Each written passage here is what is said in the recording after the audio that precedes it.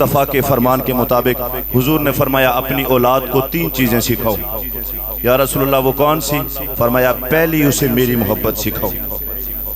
حضور کی محبت نصیب ہو گئی تو انسان کو جینا نصیب ہو جاتا ہے، اس لیے کہ حضور کی ذات رب فرماتا ہے یہ تمہارے لیے بہترین نمونہ ہے۔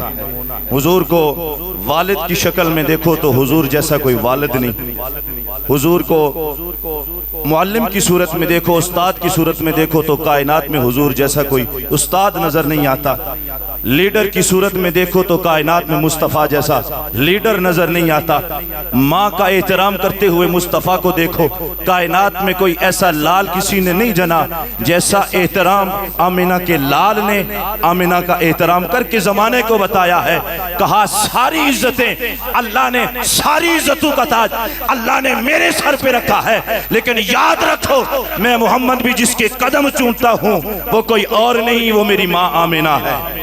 اس لیے فرمایا اولاد کو میری محبت سکھاؤ۔ جب مصطفیٰ کی محبت نصیب ہو جاتی ہے اسے والدین کا احترام بھی مل جاتا ہے، بہن بھائیوں کے حقوق کا بھی پتہ چل جاتا ہے، پڑوسی کے حقوق کا بھی پتہ چل جاتا ہے، اس لیے کہ مصطفیٰ کے دامن سے جو وابستہ ہو جاتا ہے وہ بے ادب نہیں ہوتا، وہ با ادب ہو جاتا ہے۔ دوسرا حضور نے فرمایا اپنی اولاد کو میری آل کی محبت سکھاؤ، میری آل کی محبت سکھاؤ۔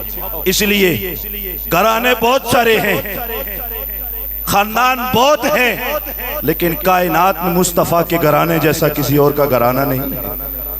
کہا حسن و حسین کی محبت اپنی اولاد کو سکھاؤ۔ یا رسول اللہ ملے گا کیا؟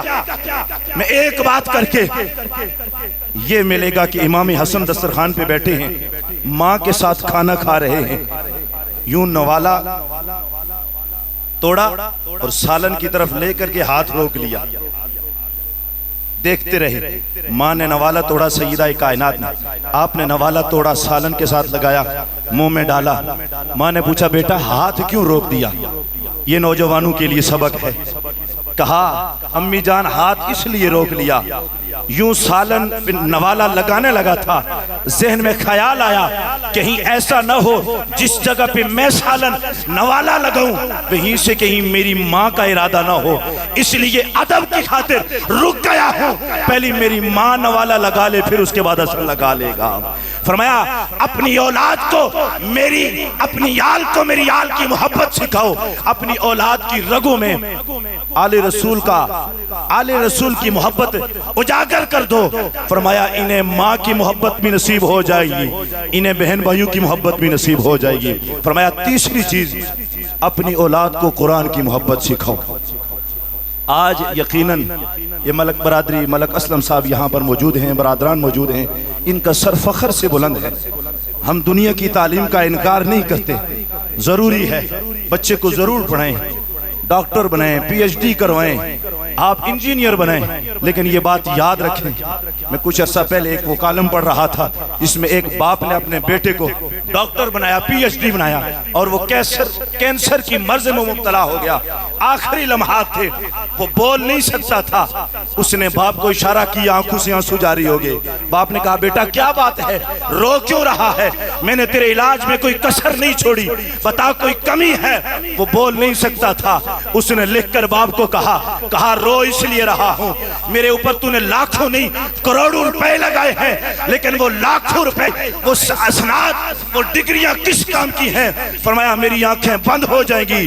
فرمایا یہ نہ میرے کام کی ہے نہ تیرے کام کی ہے، کاش مجھے تو نے قرآن پڑھایا ہوتا، میں فخر کے ساتھ دنیا سے جا رہا ہوتا اور تو فخر کے ساتھ مجھے دنیا سے رخصت کر رہا ہوتا، میرے لبوں پر رب کا قرآن جاری ہوتا، اگر میں نہ بھی پڑھ سکتا میں اشاروں کے ساتھ، دل کے ساتھ قرآن کی تلاوت کرتا رہتا، میرا بھی سر فخر سے بلند ہوتا۔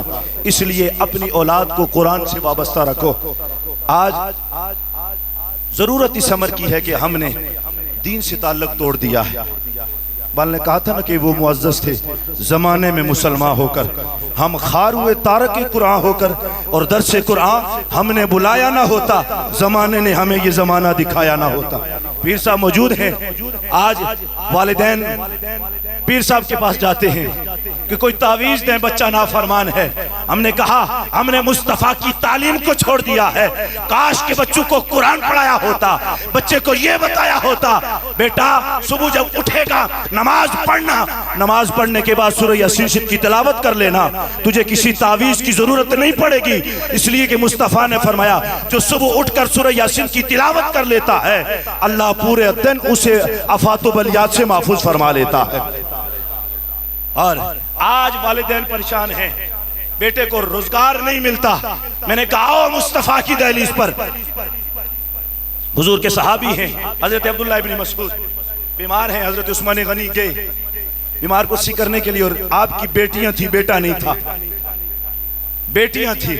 آپ واپس آنے لگے نا تو آپ نے کچھ رقم دی، کہا یہ پاس رکھ لو. کہا میں نے کیا کرنا ہے؟